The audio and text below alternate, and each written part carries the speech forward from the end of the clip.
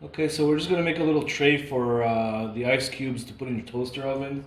It all depends on the size of the tin foil you have. I have a really narrow tin foil here, so I'm just gonna use that. I mean, you just figure out. I'm just gonna show you the basic way I fold mine, and hopefully it'll help you to get yours. This way it won't leak all over your oven. So I start with the shiny side down because I want that inside. It's the more reflective side. I'm gonna fold this over one time just to make it a little thicker and more sturdy.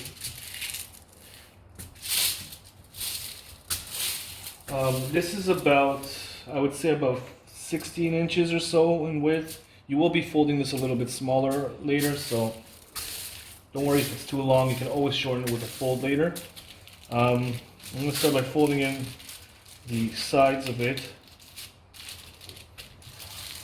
It's about an inch and a quarter, I would say, or so, or 2 centimeters.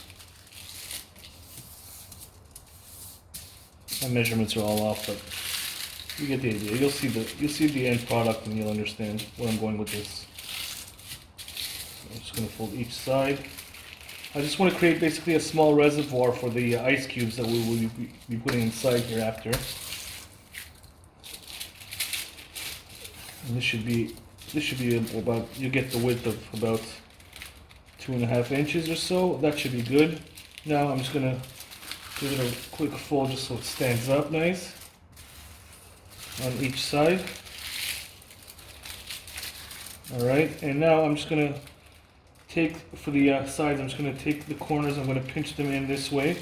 You can put them one on top of the other. And then I'm going to fold this up, and this will prevent any water from leaking out. And fold this in. Just pinch it in like that, and you'll see it'll hold its shape nicely. And the same on the other side. Again, folding it over one on top of the other. I mean, don't worry about this too much. It's tin foil, you can always bend it back into shape. Folding it in, pinching, there we go. And this will hold the water in. There we go, let me just get this right. There you go, and you create a little reservoir. If you need it a little lower, just make the walls on the side a little bit lower. But this will definitely hold the water in. You can, here I can show you, we can test it out with some water. This will definitely hold the water in. And if you don't put water in, I recommend you put ice cubes inside. If you put ice cubes inside, they'll steam right away. So it's a great. It's actually better than putting water in. I recommend you use ice cubes. Yeah, we'll just do a little water test for this right now.